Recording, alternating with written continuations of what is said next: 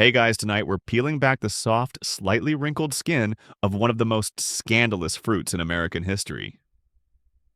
You're standing in a muddy New York street in the early 1800s, the kind where horse droppings mingle with sawdust and tobacco spit. And right there on a wobbling wooden market stall lies a shiny red tomato. No one's touching it.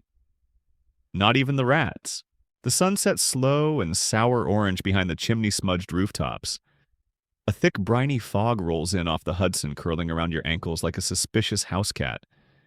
And as you pass a group of petticoat-clad women murmuring behind gloved hands, one points discreetly to the tomato and whispers the same word you've heard all week: poison. That tomato, you probably won't survive this. So before you get comfortable, take a moment to like the video and subscribe, but only if you genuinely enjoy what I do here.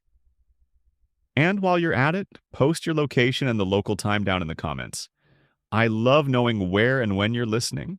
Now dim the lights, maybe turn on a fan for that soft background hum, and let's ease into tonight's journey together. It's the early 19th century. You walk the uneven cobblestones of lower Manhattan, where chimney smoke curls like greasy ribbons into the sky. A carriage clatters by the horse's hooves, leaving splashes in the puddles of mystery liquid by your boots. You pause near a green grocer's cart, curious about the strange little red things in a basket. They look like tiny suns, glowing and ripe soft to the touch, but not a single customer will take one home. The grocer himself eyes you warily. "Ain't for eating," he mutters, thumbing his suspenders like a warning. Decoration, that's all. To the 1800s New Yorker, the tomato is a decorative oddity, like those dried oranges people hang on ribbons during the holidays and pretend don't attract mice. You don't eat a tomato any more than you'd lick a candle. The idea is just wrong. This fear didn't sprout from nowhere. It came over with the luggage and the family recipes from Europe.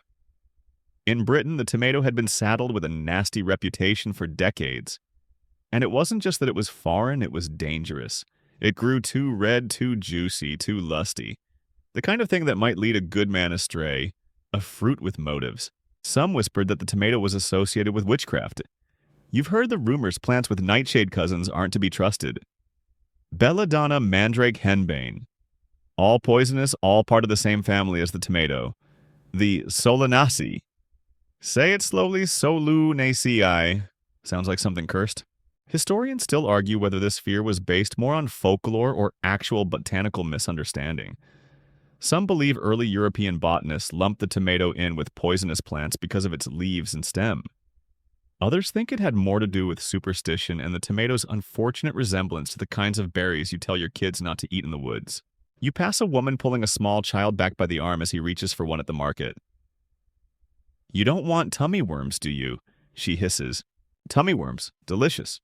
In certain circles, the tomato was nicknamed the love apple, a term that did absolutely nothing to help its image among puritanical types. Between the suggestive nickname and the unnerving color, it was the kind of thing you might plant in your garden to show you were worldly. But you wouldn't dare put it in your mouth unless you were hoping to impress or kill someone. You stroll through a small backyard garden behind a brownstone where a man in a top hat tenderly clips a few tomato plants and drops them in a basket. But instead of taking them to the kitchen, he arranges them on a lace doily in the parlor window. They are conversation pieces. Bright exotic, almost obscene. You overhear him say, "imported seed, Italian, very fashionable." Then he leans in and whispers, "But of course we don't eat them. Not unless we wish to wake up dead."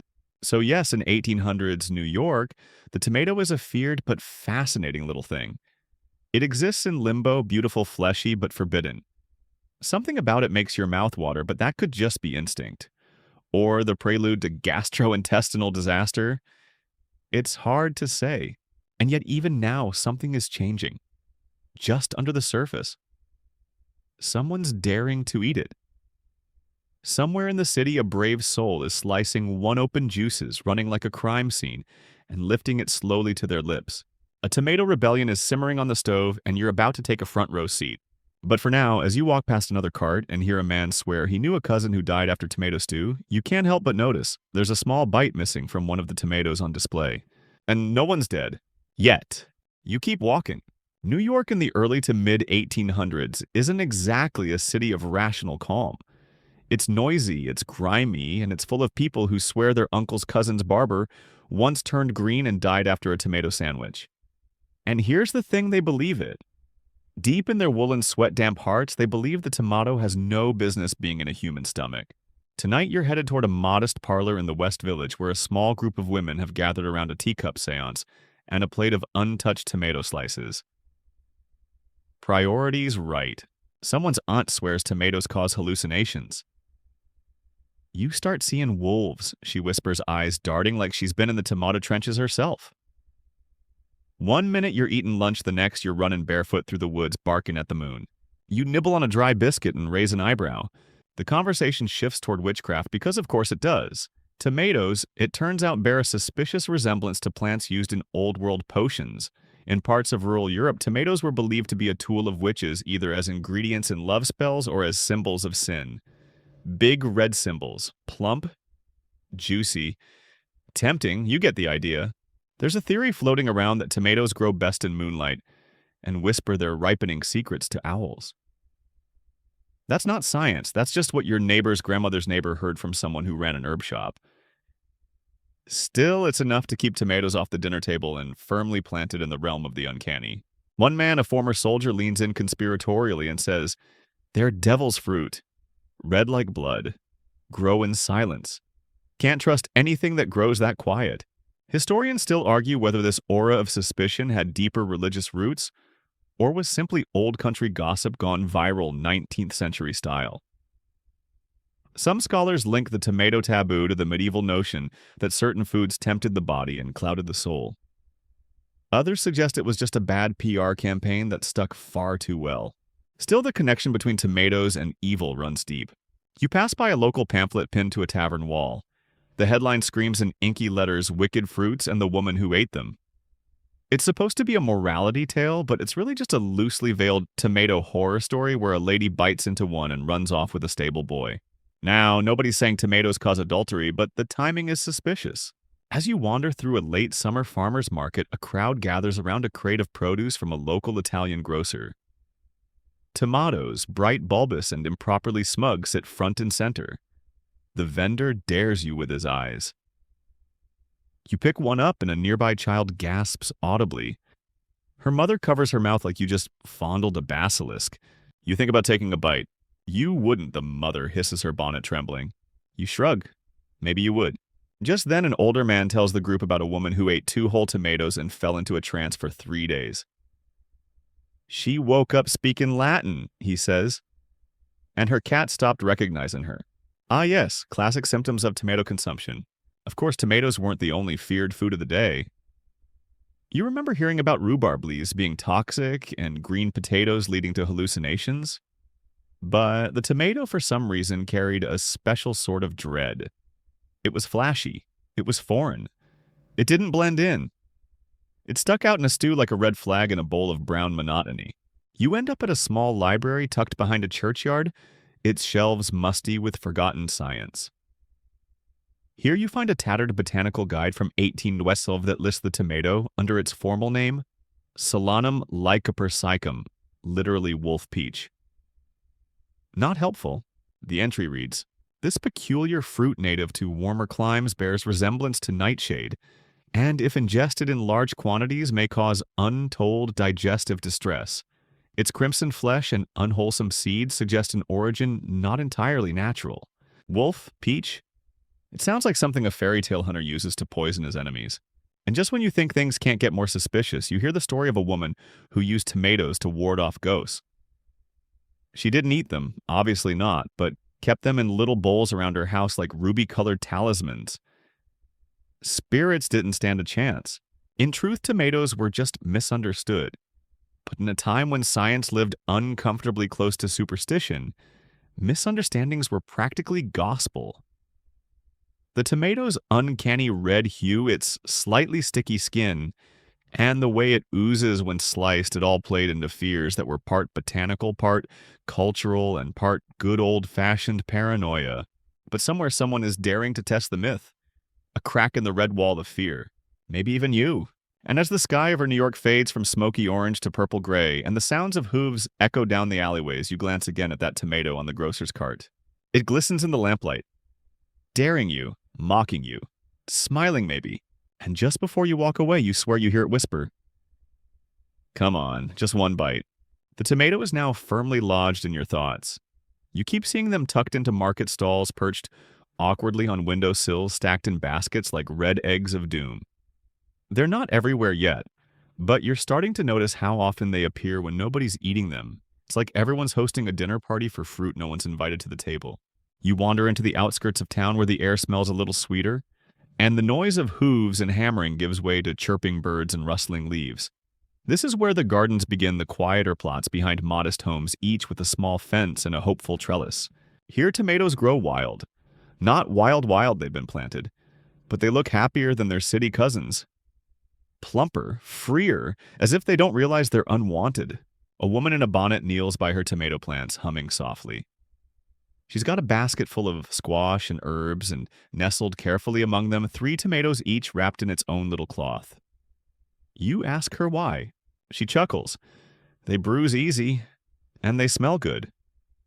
She doesn't say she's going to eat them, but she doesn't say she won't either. And just like that, you've entered the garden of doubt. It turns out a lot of people grow tomatoes in this era. You see them creeping along fences, hanging from balconies, even planted in whiskey barrels on back porches. But here's the twist. Very few people admit to eating them. It's like the world's most cautious botanical rebellion. Everyone's planting, nobody's chewing. Some call them love apples, others paradise fruit. But for many New Yorkers, they're purely ornamental, like a weird cousin who's allowed to visit but not speak. Historians still argue whether the trend of growing tomatoes in American home gardens was driven more by aesthetic appeal or by quiet experimentation. There's a solid case for both. Tomato plants are visually pleasing, lush green, generous. They're symbols of abundance. But there's also a sneaky undercurrent of curiosity here. You can't grow something that vibrant and not wonder what it tastes like. At a modest brick house with a whitewashed fence, a young boy is dared by his siblings to eat a tomato from their mother's garden. He picks it, sniffs it like a detective, then takes a dramatic nibble. Nothing happens. He doesn't keel over, he just blinks, then frowns. "Tastes like a wet frog," he says. Fair enough, raw tomatoes are divisive. Back in town, seed catalogs are starting to feature tomato varieties with names like yellow plum and purple calabash. The descriptions are poetic. "Flesh of a deep blush," one says. "Excellent for show or admiration. Not for eating. Let's not get ahead of ourselves." You pause beside a man in suspenders poring over his garden journal.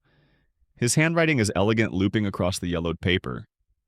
Notes about weather pest soil.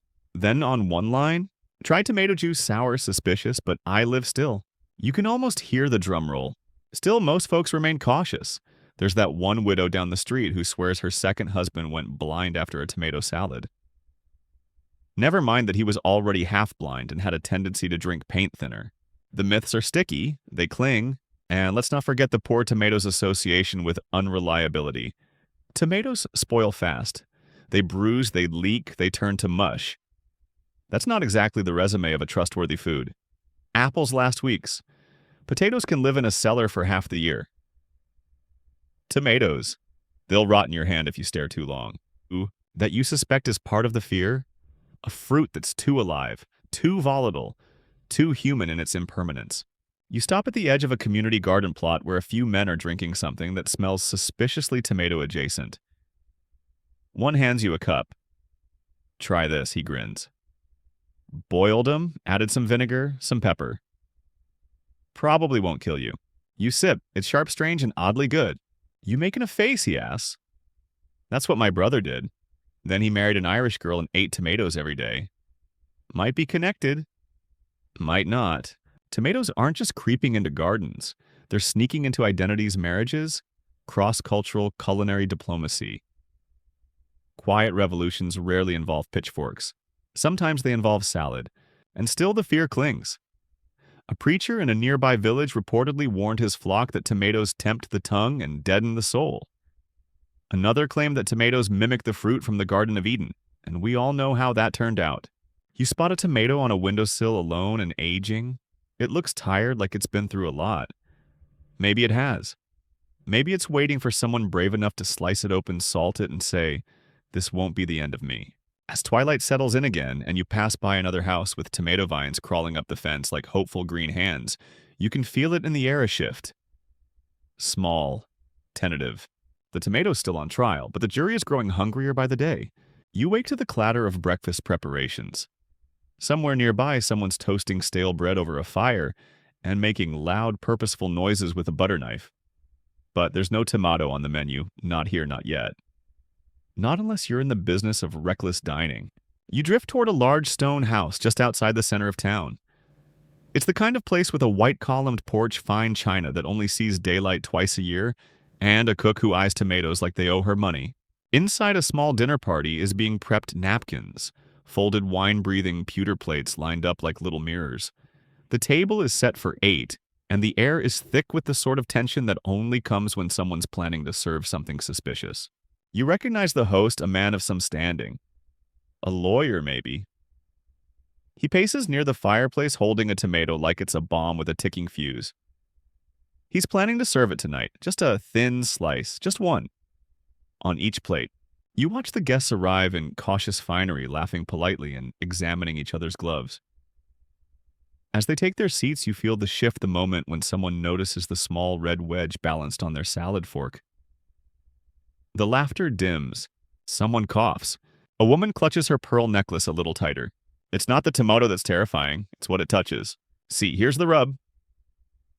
19th century aristocrats in New York often ate off pewter plates. Pewter contains lead, and tomatoes being acidic tend to leach that lead out in glorious invisible amounts, which meant if you did eat a tomato and you did feel sick afterward, it was probably the lead poisoning that did you in, not the fruit. But people didn't know that, or more accurately, they didn't want to know that. It's easier to blame the tomato than the tableware. The tomato has a face. Sort of. Historians still argue whether this pewter theory is overstated or truly central to the tomato's bad reputation. Some believe the lead leaching was well known among scientists of the day but ignored by the general public. Others think it's a convenient, if oversimplified, way to explain a complex cocktail of culinary suspicion, social anxiety, and casual heavy metal poisoning. Tonight, the guests poke nervously at the tomato slices. A few brave souls lift their forks. One man takes a bite and immediately pauses, eyes wide. You lean in. Chewy, he says at last, then downs half a glass of sherry. His tablemate fans her neck with a lace napkin and shifts in her chair like she's waiting for divine judgment. The host smiles tightly. He's trying not to look like he's conducting a science experiment, but let's face it, he is. This is a test of courage disguised as hospitality. Tomato roulette, and you're seated ringside. The cook, of course, is unimpressed. She stands just outside the kitchen door, arms folded, and mutters, "Watch them all drop. Just wait." She hasn't eaten a tomato since 1819 when her cousin tried one and came over all ghostly. To this day, nobody's sure what that means. Elsewhere in the city, others aren't so bold. At smaller gatherings, the tomato is still banned. You overhear one host declaring, "It stains, it scandalizes, and it smells like something gone soft." Sounds like half the guests, to be honest. But in certain circles, the tomato is gaining traction quietly. A few French-trained chefs in New York are starting to experiment. They sneak tomato into sauces, especially if they can cook it long enough to make it unrecognizable. They pair it with garlic, with veal, with discretion. It's a culinary coming-out party, except the guest of honor is wearing a mask and pretending to be somebody else. You find yourself in a scullery behind one of the city's newer restaurants. The chef there has a secret pot simmering on the back burner, rich red fragrant. He lifts the lid and grins. "Don't tell the mayor," he says, "but it's divine." You dip a spoon in. It's savory rich, not overly sweet. And yes, unmistakably tomato. You resist the urge to make a face. Or faint. No one dies, no one even breaks out in Latin. But the tomato's reputation is stubborn. It still has that whiff of danger like absinthe or romantic poetry or touching your tongue to a 9-volt battery just to see if it still zaps. As the dinner party winds down, you return to the main house.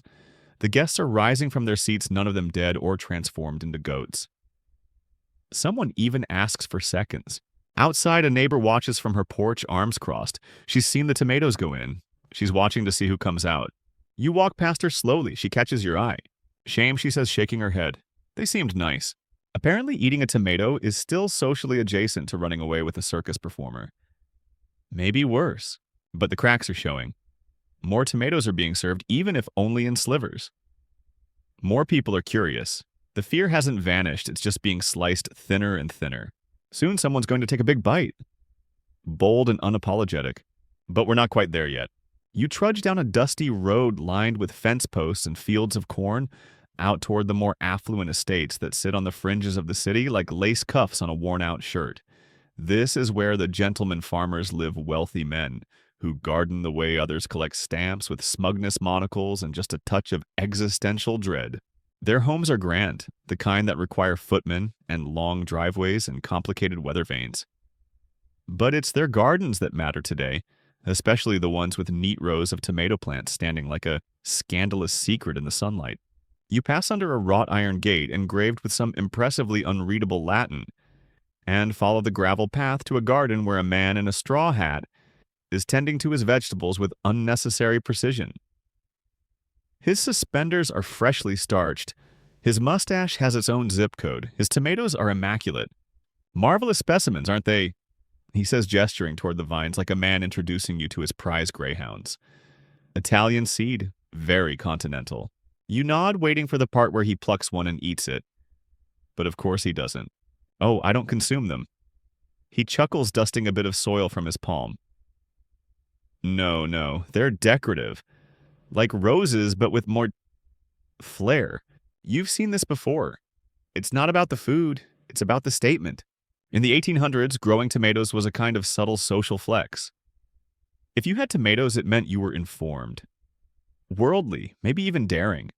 But eating them, that was for other people. Possibly reckless people. Possibly immigrants. Probably not someone with two monocles and an oil portrait in the study. Historians still argue whether tomato growing among upper-class New Yorkers was about culinary curiosity or plain botanical one-upmanship. Some argue it was just a phase like calling your cow Madame Beatrice. Others think these tomato plots were early signs of changing attitudes' genteel rebellion in slow motion. You follow the gentleman farmer as he leads you past rows of tomatoes he'll never taste. He's planning to enter one in a local garden exhibition. There will be prizes, applause, possibly a small plaque. He shows you a tomato under glass nestled in straw like it's made of crystal. Nearly 4 inches across, he says. Fragrant, symmetrical, with just a hint of menace. You ask if he's ever tasted one. He winces. Certainly not. Why, I knew a man who did. On a wager. Went pale immediately. Had to lie down for hours. Never fully recovered his appetite for goose. You nod solemnly. Poor man. Denied goose. Nearby, another estate hosts a tea on the lawn. You watch as women in ruffled dresses sit beneath parasols, sipping iced drinks and murmuring behind gloved hands. On the serving table sits a bowl of tomatoes, whole uncut like jewels in a crown. Decorative. All eyes, no mouths. A young girl wanders too close and nearly touches one. Her mother snatches her hand back like she was reaching for the family will. Even among the wealthy, the myths endure. Tomatoes, they say, provoke fever. Disrupt digestion. Bring about restless inclinations. One woman whispers, I heard they're used in gypsy spells, which in polite 19th century society is basically code for scandal, death, or love, sometimes all three. Still, there's curiosity. A few guests hover too long near the tomato bowl. A few whisper about what it might really taste like. One man lifts one to his nose and sniffs, then shrugs like he just smelled a freshly laundered corset. Intriguing, but not dinner. Later, back near the garden, you spot a gardener, hands rough sleeves rolled, biting into a tomato behind the tool shed. He eats fast like a thief, like he knows better than to get caught with red juice dripping down his chin. You lock eyes for a moment. He wipes his mouth with his sleeve and grins. Don't tell the master, he says, then winks. It's a quiet revolution in overalls. In some homes, children grow up believing tomatoes are punishment food, while the hired help knows they're just food. And good food, too. The classes divide not just by income or manners, but by how daring they are with their salads. You recall another gentleman down the road who insists on planting his tomatoes in raised beds lined with marble chips. He doesn't eat them either. Says they're artistic. A botanical metaphor for caution, he explains. Sure, just say you're scared, Jonathan. But beneath all this posturing, the walls are beginning to crumble. The wealthy are growing tomatoes for show, but some are starting to nibble. Whisper, wonder. One man at the tea confesses to a friend, "I had a sauce. Just a taste. Foreign, delightful, nobody died." That's how it begins. You pass another manor with vines wrapped around white trellises. The tomatoes hang like red lanterns glowing in the dusk. You can hear the cook inside humming over a pot. Maybe she's using one. Maybe not. But the scent carries rich, warm, inviting. And for the first time in the garden of the gentleman farmer, you realize something's changing. The tomato's still a curiosity, still a risk, but now it's also a secret. And secrets have a way of spreading. You're back in the city now, strolling down a lane where the gas lamps flicker just enough to make everything seem haunted in a cozy kind of way. Your shoes crunch over gravel as you pass a narrow storefront with hand-painted glass that reads Thistle and Bone Remedies and Curiosities. Inside, it smells like herbs, beeswax, and mild regret. Shelves are lined with corked bottles containing liquids in every shade of green and brown. There are small drawers labeled tooth powders and elixirs mild. Behind the counter, a man with impressively chaotic hair is grinding something into a paste. You've stumbled into the 19th century apothecary, and you're about to learn how tomatoes walk the tightrope between cure and curse. It turns out that while society feared the tomato as a food, the world of folk medicine was giving it a try as a remedy. Yes, medicine. Why eat a tomato when you can smear it on a boil or gargle it for spiritual renewal? One tall jar bears a handwritten label, tomato pulp. Use with prayer. You're not sure what that means. Medical opinion at the time was, let's say, divided. Some physicians were firmly anti-tomato. They saw it as too acidic, too foreign, and possibly the source of what they called melancholy gut. But others were swinging wide with tomato-based theories. There were tomato syrups for digestion, tomato poultices for inflammation, even tomato pills sold as a miracle tonic. These were usually just dry tomato powder pressed into a shape slightly more alarming than necessary. One brand advertised itself as a cure for everything from indigestion to no-joke moral instability. Historians still argue whether tomato pills were effective or just well-packaged bunk. Some suggest they worked mainly because they replaced worse ideas like leeches, arsenic wafers, or mercury mouthwashes. Others say the tomato craze in medicine was just a gimmick riding on the popularity of botanical cures during a time when most people still thought bloodletting was a good Tuesday. You pick up a yellowed pamphlet near the register titled The Tomato Nature's Blood Cleanser. It reads like someone ate half a thesaurus and then rolled around in a field of conspiracy theories. Still, the author insists that regular tomato ingestion prevents bad humors, realigns your planetary energies, and makes your teeth sing. One apothecary in New Jersey famously swore that tomato juice taken before bed would banish ghosts from the gut. You know, just in case the ghosts weren't already being handled by whatever was in the garlic tincture, 2 shelves down. Back on the street, you pass a man with a traveling medicine wagon complete with a painted sign of a tomato wearing a monocle. He stands atop the wagon in a straw boater hat, waving a bottle labeled Professor Fenwick's Tomato Drops and shouting into the crowd. Cures gout, softens the spleen, makes cowards brave and poets tolerable. You sidle closer. His assistant is handing out free samples, tiny spoonfuls of thick, vinegary red goo. People take them. They wince. One woman says she can feel her spine humming. That might be the drops, or the rat bite she's been ignoring since Tuesday. As night deepens, you wander into a tenement neighborhood where immigrant families live above bakeries and fish shops. In one tiny kitchen, a grandmother is stirring a bubbling pot. The scent hits you like a warm handshake, onions, garlic, herbs, and tomato. This is different. Here, tomatoes aren't medicine or menace. They're food. Pure and simple. Not ornamental. Not decorative. Just dinner. You can practically hear the sauce making peace with the world. But even in these communities, old fears linger. You overhear a whispered argument between 2 neighbors. Too much tomato gives you night sweats. No, it's the dreams. Red dreams. Can't trust them. Tomato folklore spread in all directions. Some said it caused fevers. Others claimed it cooled them. A few believed tomatoes were fine in moderation, but would cause loose teeth if overindulged. The scientific method was in its awkward teenage years, and the line between fact and food superstition was blurrier than a carnival mirror in a thunderstorm. Meanwhile, the tomato continued sneaking into unexpected places. A few barbers began mixing tomato pulp with shaving cream for a pore purifying experience. Some claimed it helped remove freckles, others just liked the smell. Back at the apothecary, a small boy is being instructed to gargle warm tomato water for a sore throat. He does it with the resigned expression of someone who's tried worse. And somewhere in a dark office above a dusty medical college, a man in a waistcoat is writing a paper titled Preliminary Thoughts on Lycopersonical Acid and its Effects on the Temperament. He's very proud of himself. It's all happening. The lines are blurring. The tomato is no longer just that frightening fruit with the devil red skin. It's medicine. It's a health craze. It's a mystery in a bottle. People are starting to believe it might help them, not kill them. Though no one can quite agree how. One thing's for sure, tomatoes are no longer just for daring chefs and showy gardeners.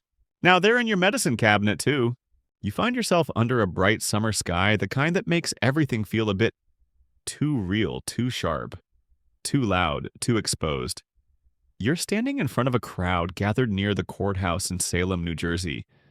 The year is supposedly 1820, and you've arrived just in time for what might be the most dramatic act of culinary defiance in early American tomato history. The crowd is restless, packed, shoulder to shoulder with sweaty bonnets, loose cravats, and murmured doubts. Someone is selling lemonade. Someone else is selling prayer cards. All eyes are on the wooden platform where a man in a tall hat steps forward holding something round, red and shiny as sin. This is Colonel Robert Gibbon Johnson, and he is holding a tomato like it's a flaming coal. Except he's not scared. No, he looks proud, unbothered, almost smug. The crowd gasps, according to the most retold version of the story. And let's be clear, historians still argue whether it ever happened at all. Johnson announced that tomatoes were safe to eat. Then, in full view of the public, he brought a basket of them to the courthouse steps and started eating them, one after another. He bit into them whole. Juices ran down his chin. People screamed. One woman fainted. A young boy clutched his mother and asked if the colonel was going to explode. A dog barked. A bird flew away in a panic. You hear someone mutter, "This is how witchcraft starts." Of course, the colonel did not keel over. He didn't foam at the mouth. He didn't speak in tongues or begin dancing in a frenzied tomato trance. He just stood there, chewing, slowly, deliberately, juicy red slices disappearing into his mustache. It was the 19th century equivalent of live streaming yourself eating a ghost pepper. Was it a publicity stunt? Almost definitely. Was it real? No one can say for sure. Some claim the story was cooked up decades later by his descendants, part of a family tradition of turning mild eccentricities into American legend. Others insist that Johnson really did hold that tomato showdown, hoping to break the fear with drama and possibly a side of salt. Regardless of historical accuracy, the tale took on a life of its own. It's retold in textbooks, dramatized in children's books, and reenacted every few years by enthusiastic small-town actors with access to fake mustaches and heirloom produce. You move through the crowd listening as theories swirl. He has an iron stomach, someone says. He's got a death wish, another whispers. I think he's just bored, mutters a third. That might be the most accurate take of them all.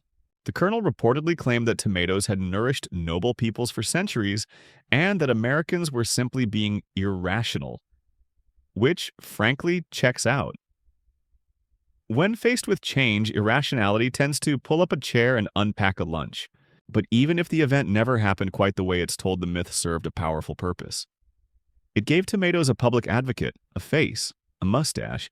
You leave the courthouse steps and head down a quieter path into the town's outskirts, where smaller whispers of tomato eating have already begun. Word is spreading. Someone saw the colonel eat one and live. Someone else says he actually gained energy afterward. One boy tells his friend he saw Johnson jogging this morning. Probably nonsense, but it fuels the legend. Still, not everyone is convinced. You pass an old man carving a spoon on his porch who tells you he's already dead. That wasn't him. That was a ghost. Then he spits nods solemnly and goes back to whittling.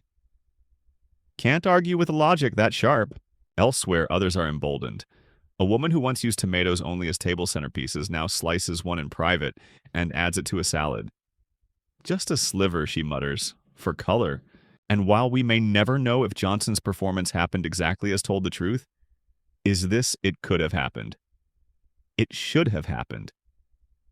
It's the kind of moment America loves, a bold, strange, highly specific stand against fear. A tomato-smeared Declaration of Independence.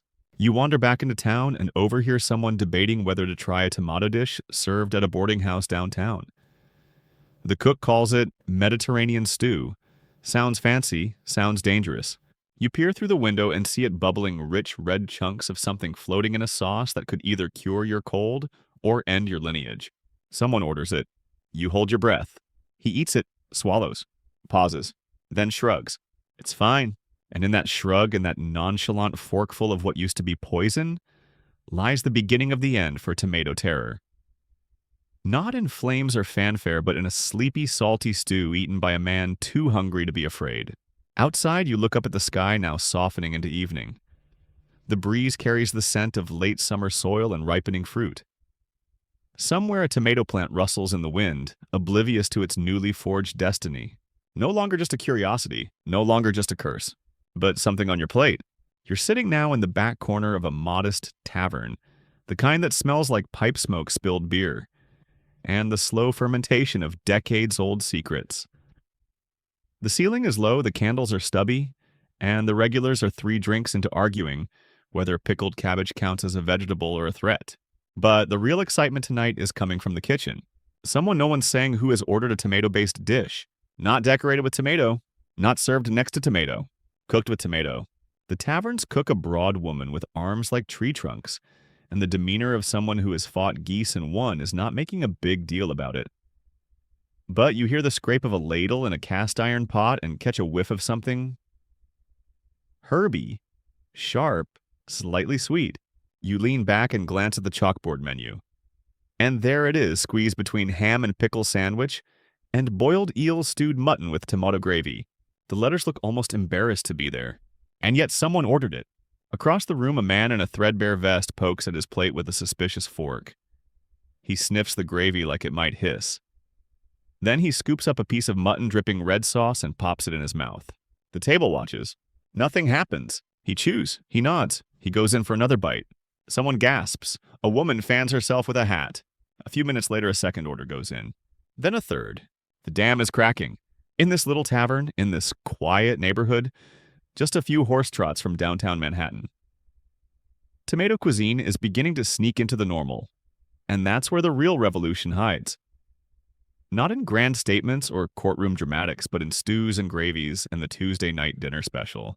Historians still argue whether these early culinary adoptions were conscious attempts to normalize the tomato or simply acts of food pragmatism. Some chefs just used what was cheap, available, and interesting. Others saw an opportunity to shock and intrigue diners looking for novelty with their starch. And tomatoes were novel, especially when cooked. Cooking tames the tomato. It blurs its scary acidity into richness, melts its flesh into background flavor. A raw tomato slaps you in the mouth. A cooked one sits back, lets the garlic and onion shine, and says, "Go ahead. Blame me for the flavor. I dare you." In immigrant communities, of course, this wasn't new. In Italian kitchens across the city, cramped, steamy, loud, you find tomato bubbling in pots like it's always been there. A base for Sunday sauce, a backbone of minestrone. Something to stretch the meat deep in the flavor and remind people of home. The children here aren't afraid of tomatoes. They steal them off windowsills, bite into them like apples, drip seeds on their school books. Their mothers scold them not because it's dangerous, but because they're spoiling dinner. You step into one such kitchen, a third-floor walk-up in a brick tenement building, where an elderly woman with the posture of a potato is chopping tomatoes into a skillet with onions and pork fat. She hums while she works, and the whole place smells like a family recipe older than America. This, she says in broken English, is food. What else would it be? You nod, but you know in many neighborhoods it's still not that simple. Back downtown in the markets that cater to the Anglo-elite tomato is still treated like a foreign exchange student. Allowed but under observation.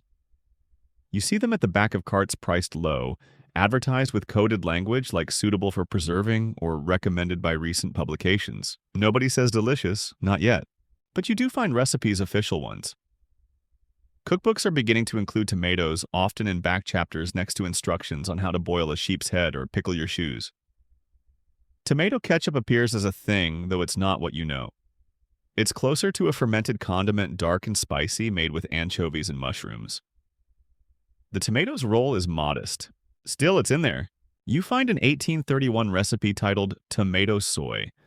It involves 3 days of salting, pressing, and forgetting to breathe while you stir. Elsewhere in another city kitchen, a chef trained in France tosses chopped tomato into a veal reduction and calls it rouge moderne. His patrons gasp. Then they come back next week and ask for extra. Chefs, as it turns out, are the quiet vanguard of tomato acceptance. They sneak it in, they dress it up, they roast it until it's soft and whispery, then use it to mask the sins of overcooked meat. And the public slowly, suspiciously starts to like it. Not love, not yet. But at the tavern, the tomato gravy is now outselling the eel. Someone scrawls "try the red sauce" on the bathroom wall, which is about as high praise as you get in this town. The tomato has moved one step closer to the center of the table, and it didn't scream or hex anyone along the way. You've wandered now into a quieter district, where the cobblestones are uneven and the shutters hang crooked. But the smells wafting out of the buildings are strong enough to knock over a small child. It's mostly onions and lard, but here and there unmistakably comes the sweet, acid tang of tomato. You're in immigrant New York now. Irish, Italian, German, Polish, Caribbean, Jewish. A city within a city teeming with languages, secondhand coats, and the kind of creative culinary improvisation that turns cheap scraps into legends. Tomatoes flourish here not just in gardens, but in pots. Stewed, baked, mashed, even raw with vinegar and pepper if the mood and courage strikes. For these communities, the tomato isn't a threat or a debate, it's dinner. And it has been for generations. In one crowded apartment above a cobbler's shop, you see a Sicilian grandmother scooping thick red sauce over yesterday's bread. She hums, stirs, tastes, nods. The tomato is treated with reverence but no fear. A helper, not a hazard. You ask how long she's been cooking with tomatoes. She chuckles. Since my feet could touch the floor. Down the block, a Yiddish-speaking butcher sells small paper-wrapped bundles of beef stuffed with tomato paste rice and spices. His wife calls it borscht for the brave. They sell out before noon. And yet outside these enclaves, tomato still wears its outsider's coat. A proper lady from uptown visits the market here one afternoon. She watches an old man buying tomatoes by the basketful and whispers to her friend, "He's so brave." Or illiterate, because make no mistake, language matters here. Tomato is still a foreign word in the mouths of many New Yorkers. It doesn't sound native. It doesn't sound safe. Still, the tomato keeps spreading, not just across plates, but across dialects, menus, identities. Children born in these immigrant blocks grow up bilingual English in school tomato, in the soup. They'll remember the dishes their mothers made not by name, but by smell.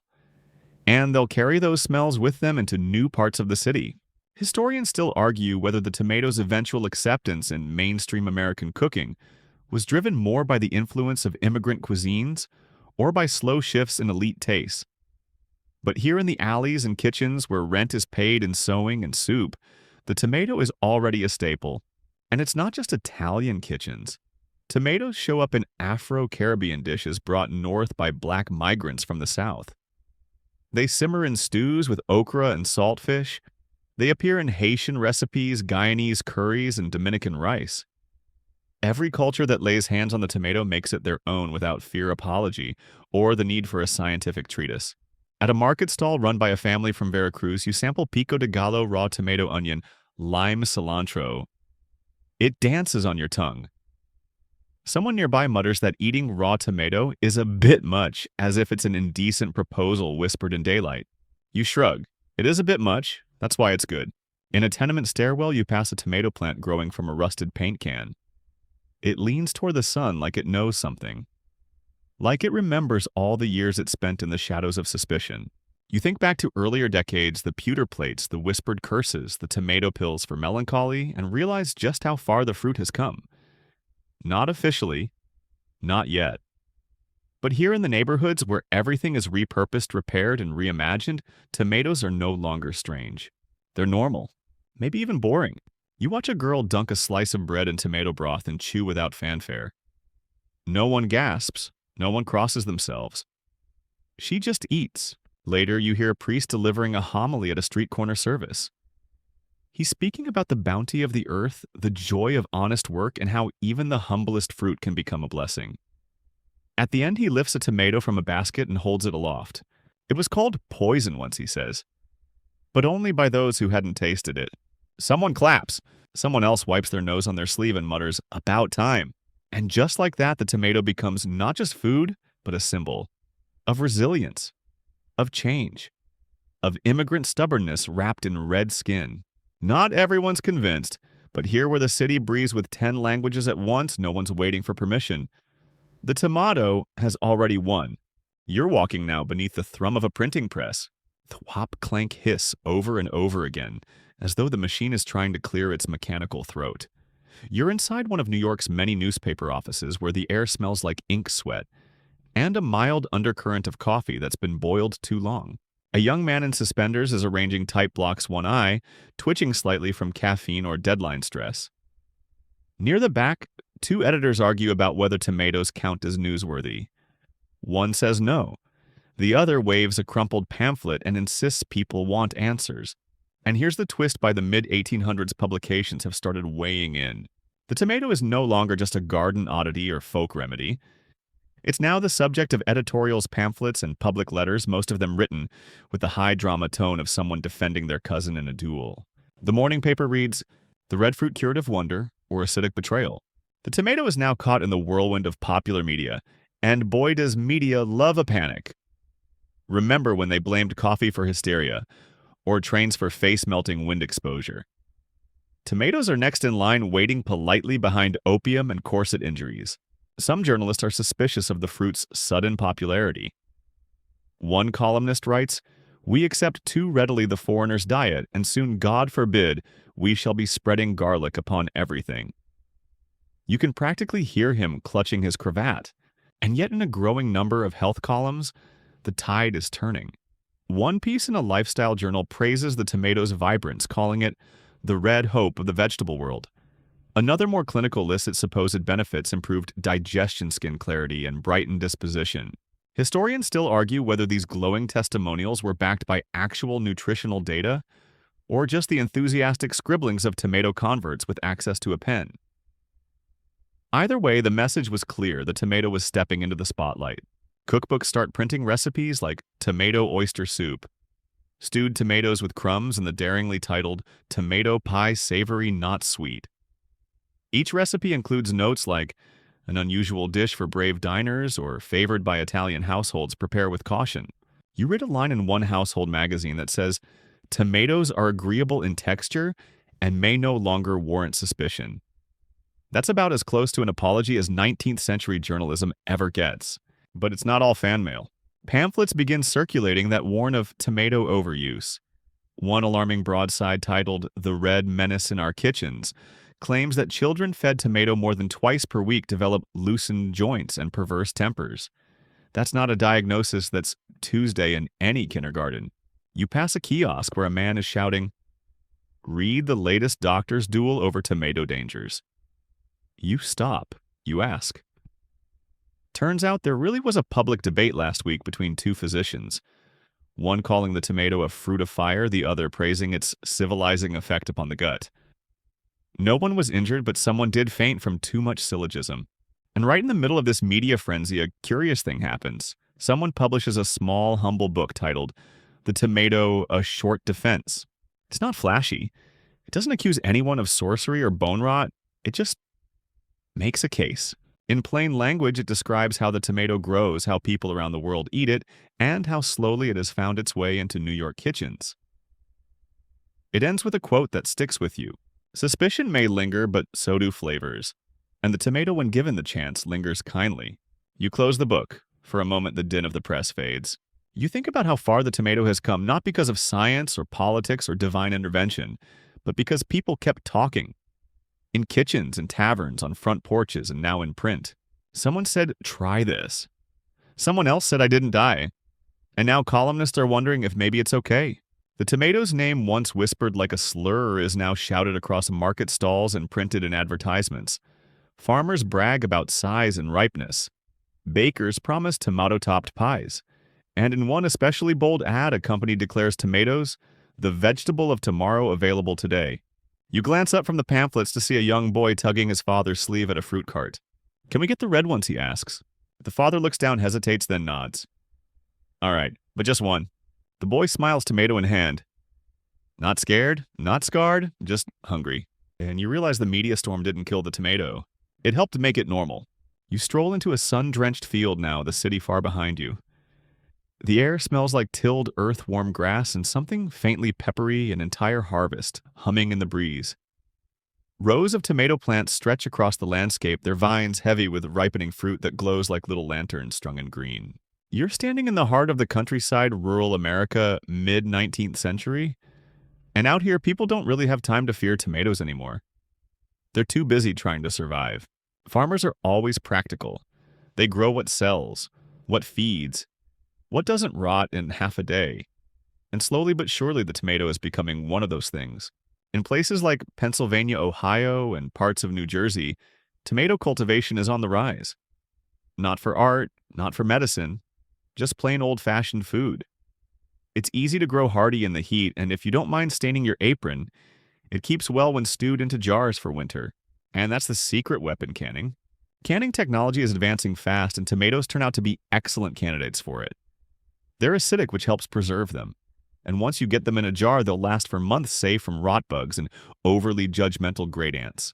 One farmer shows you his setup rows of shiny tin cans lined up like soldiers, each filled with crushed tomatoes and sealed with a machine that hisses like a dragon with indigestion. He's proud of it. "City folk love these," he says. "Send in crates to Brooklyn next week." The tomato, once local and seasonal, is going national. Historians still argue whether tomato canning was a response to increased demand, or whether it created that demand by making the fruit more accessible. Like many food trends, the answer is probably yes to both. You take a walk down a rutted road and pass a barn where a boy and his sister are slicing tomatoes into a giant copper kettle. Their mother stirs with a wooden paddle as big as a shovel. The smell is incredible, like ketchup's older, classier cousin.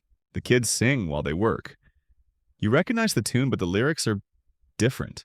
"Tommy tomato red and round. Once was poison, now is found. Put in stew or eat with bread. Don't believe the things they said." Catchy. You stop by another farmhouse where a group of women are trading tomato recipes like they're state secrets. There's tomato chowder, tomato pudding, no thank you, and something called mock apple pie, which uses green tomatoes and a lot of wishful thinking. Meanwhile, down at the local Grange Hall, there's a tomato tasting day planned.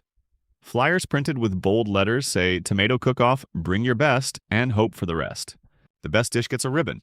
The worst gets silently fed to chickens. You sit at a table with a farmer and his wife eating a bowl of tomato and barley soup as they explain how much things have changed.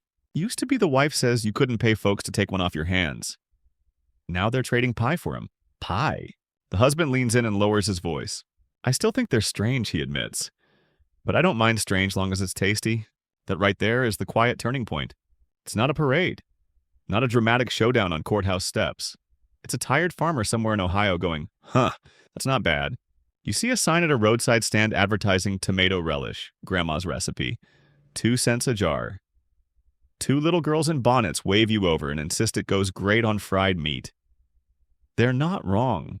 You even spot a handwritten cookbook, just a thin stack of pages, tied with string devoted entirely to tomato-based dishes. The author's note reads, "I used to fear them. Now I feed them to my children." That could be a horror movie tagline or a victory lap. Tomatoes are working their way into the pantry and the identity of rural American life. Not flashy, not revolutionary, just there. In jars, in pies, in sauces and soups. They're becoming part of the background, and that might be the most powerful shift of all. One woman jokes that her baby's first word might be simmer. Another says she once dreamed of tomatoes climbing up her walls and whispering dinner recipes. You all laugh, but the image sticks with you. As dusk rolls in and fireflies blink over the fields, you watch farmers packing crates for market. Tomatoes by the hundred. Each red orb, once a symbol of danger, now wrapped in straw and kissed goodbye like it's going off to college. And maybe in a way it is. Heading to the big city. To change a few more minds. You're back in the city now, but this time you're somewhere strange. Somewhere between a restaurant and a social experiment. The year is 1870-something, and you've just stepped into one of the new marvels of urban life, the modern dining establishment. Not a tavern, not a boarding house. A restaurant complete with menus, a coat check, and a waiter who looks like he knows 3 types of fish forks. The smell hits you first, roasted meat baking bread, maybe a hint of cigar smoke from the wealthy gentleman 2 tables over. And there it is, tomato. Not strong, but unmistakable. Whispering through the air like a backstage actor in a Victorian drama. You take a seat, you open the menu, and you see it. Macaroni with tomato sauce. You blink, then you see more. Oyster stew with tomato cream. Baked tomato with cheese crust. Tomato aspic if you must. And boldest of all, cold sliced tomatoes with pepper and oil. Served raw. This is no longer French cooking. This is the tomato strutting onto stage with a top hat and a supporting role in the main act. It's on fancy menus now. It has entered polite society. Not without resistance, of course. You overhear 2 women at a nearby table debating the wisdom of ordering anything with tomatoes in it. They say it agitates the blood, one mutters. Yes, the other nods gravely. But I've heard it also invigorates the kidneys. The kidneys are apparently always at risk in this century. You order the macaroni. It arrives with delicate steam rising, noodles curled like question marks under a blanket of bright red sauce. You take a bite. It's sweet, sharp, warm, completely ordinary, and quietly perfect. A waiter walks by carrying a silver tray of stuffed tomatoes topped with herbs. You overhear him say, "The chef studied in Naples." Everyone nods even if they don't know where Naples is. Historians still argue whether restaurant tomato dishes like these drove cultural acceptance, or whether they were simply reflections of what home kitchens had already embraced. Either way, these fancy eateries served as culinary translators, making immigrant food sound fancy enough for the fearful. You visit another establishment the following day, a French-style bistro where the chef has the audacity to list pomme d'amour on the dessert menu. That's what they used to call tomatoes love apples. The French name doesn't make them sweet, but it does make them feel romantic. You ask the waiter what it is. He says a tomato, stuffed with almonds and honey, served cold. You're tempted, but not brave. Instead, you walk a few blocks and find a bustling lunch counter where working-class folks are ordering tomato soup by the ladle. No garnish, no fanfare, just soup. Warm and red and reliable. The man beside you dunks a thick slice of bread into his bowl and shrugs. Tomatoes fine, he says. Better than sawdust pie. High praise in a city where flavor is often optional. Outside food carts sell fried tomatoes on skewer slices of tomato over boiled rice tomato gravy on fried fish. It's gone from novelty to utility. From whispered danger to default ingredient. You stop by a grocer's window and spot a sign. Now in season New Jersey tomatoes 3COLB. The fact that there's a price at all is proof of how far things have come. You don't sell poison by the pound. You think back to earlier decades. The fear. The fainting crowds. The whispered debates about poison. And now here we are ordering tomato sandwiches with a side of soup. And absolutely no anxiety about whether your stomach lining will rebel in protest. Well, unless you're lactose intolerant. But that's a whole different war. Even the tomato's image has softened.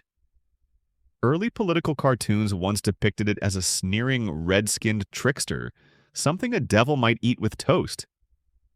But now it appears in children's books peeking out from behind a cornstalk, smiling like a friendly fruit. Which, to be fair, it is, botanically. Let's not open that can again. You spot a young couple on a park bench sharing a wrapped sandwich. You hear the unmistakable sound of a tomato slice sliding out the side as they bite. They laugh, wipe their chins, and keep chewing. Not afraid. Not concerned. Just a little messy. Later that night, you pass a restaurant hosting a tomato supper, a full evening's menu dedicated to the fruit. There's tomato wine, tomato tarts, tomato gelatin, again not required, and a contest for the best tomato anecdote. The prize, a free basket of the stuff. You peek in. Someone's mid-speech telling the story of their grandfather swearing tomatoes cured his back pain and his broken heart. Everyone claps. The tomato has become sentimental, and maybe in some ways that's the final stage of acceptance. When the object of suspicion becomes the object of nostalgia, from poison to dinner, from fear to comfort. And here you are full of tomato soup walking through a city that no longer flinches when it sees something red on a plate. It's no longer daring to eat tomatoes. It's dinner. You wake up to the sound of wagons rattling down a dirt street, the clop of hooves mixing with the hoarse cry of a vendor shouting, "Tomatoes ripe and ready, get 'em before the sun gets 'em." You stretch, blink, and realize you're in 1890s New York now, and something's different. The tomato isn't just accepted, it's everywhere. You walk past bakeries displaying tomato-topped breads.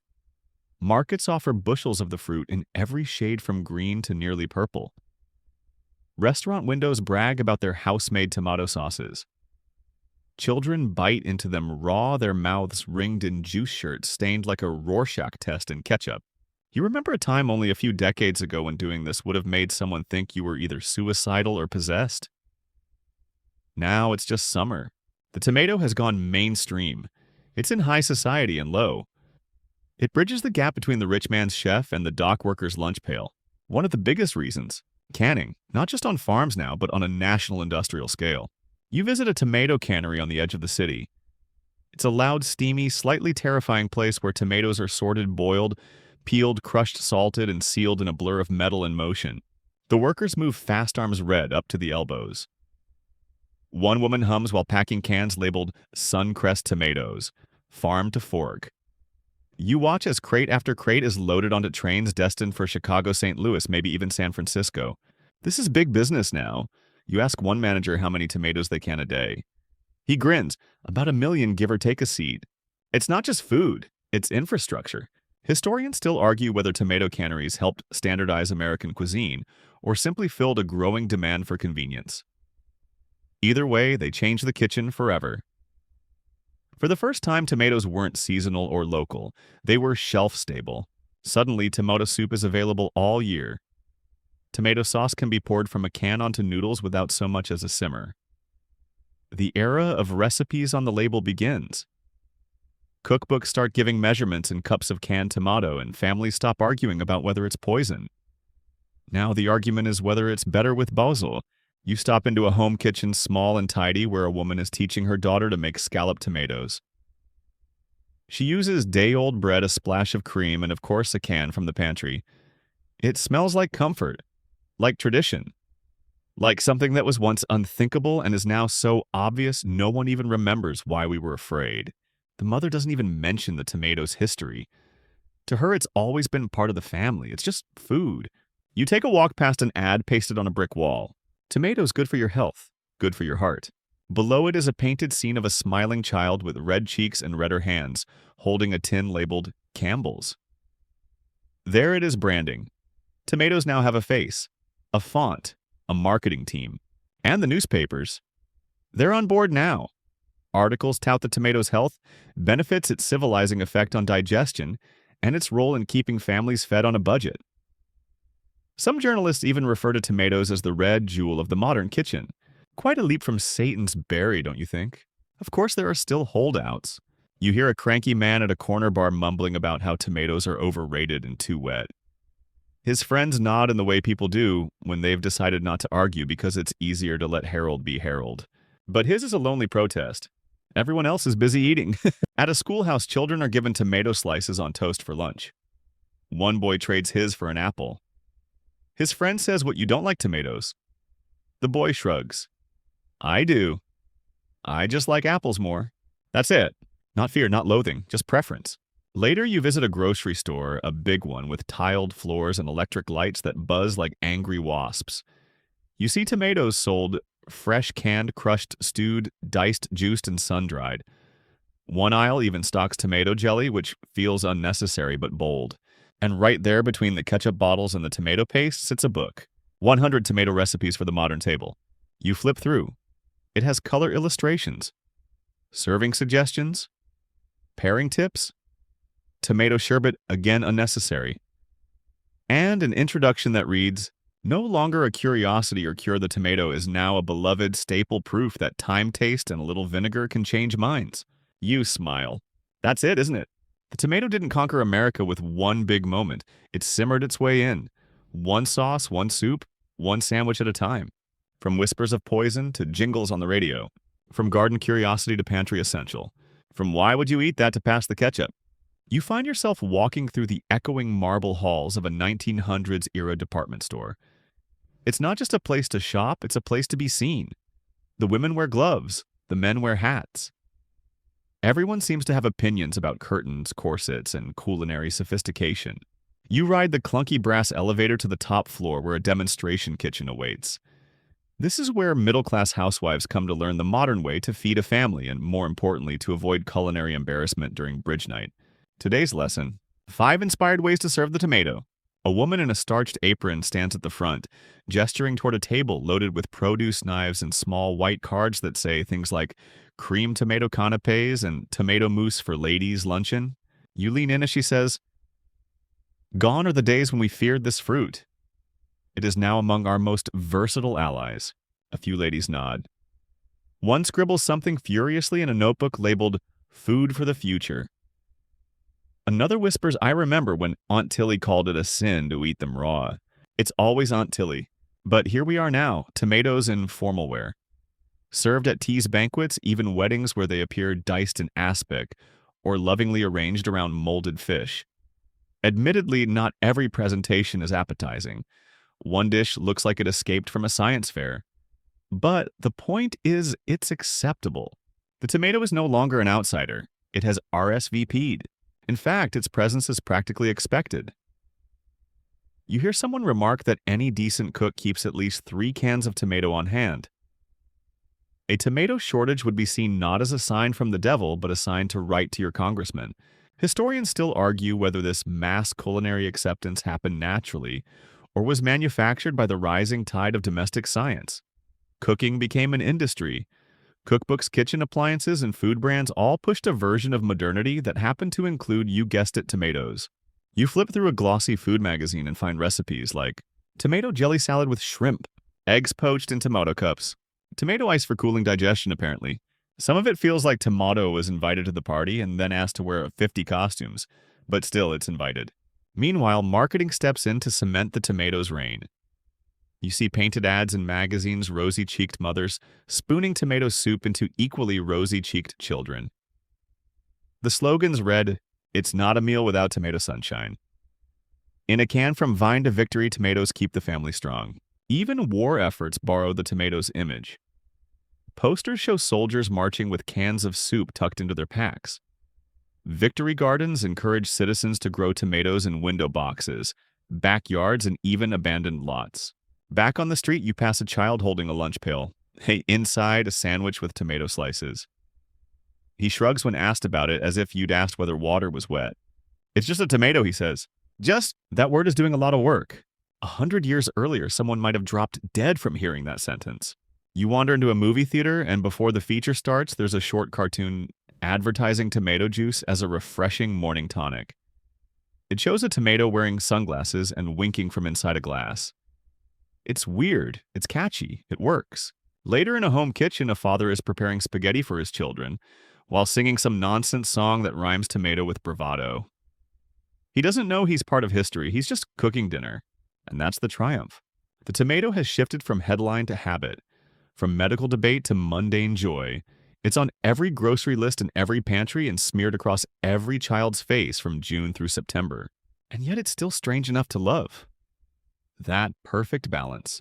You spot a diner sign as you cross into another neighborhood. Tomato pie, 5 cents a slice, hot or cold. You go in. The waitress doesn't blink when you order it. She brings it to your booth with a smile and a coffee refill. You take a bite. It's warm, salty, sweet, soft at the edges with a crisp bottom crust. The tomato melts on your tongue like a secret that no longer needs hiding. You realize chewing that the tomato's final victory isn't in science or marketing, or even taste. It's in routine. The tomato has become invisible, which for a fruit once feared as deadly as the most glorious kind of miracle. The sun is low now, casting long, golden shadows across the sidewalks. You walk through a quiet suburban neighborhood, manicured lawns, low picket fences, bicycles tipped against trees. A sprinkler ticks back and forth in the background, misting the air with that strange metallic smell of summer hose water. And there in every third yard you spot them, tomato plants.